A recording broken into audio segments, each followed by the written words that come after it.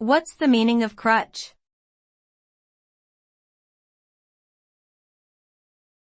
Crutch.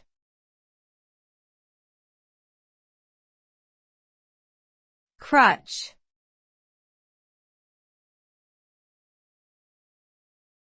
Crutch.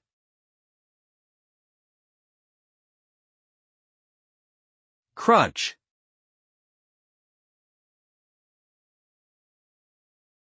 The term crutch refers to a device used to assist individuals with mobility impairments.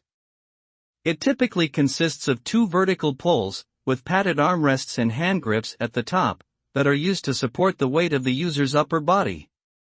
By distributing the weight more evenly, crutches can help to alleviate pressure on the legs and feet, making it easier for individuals with disabilities or injuries to move around.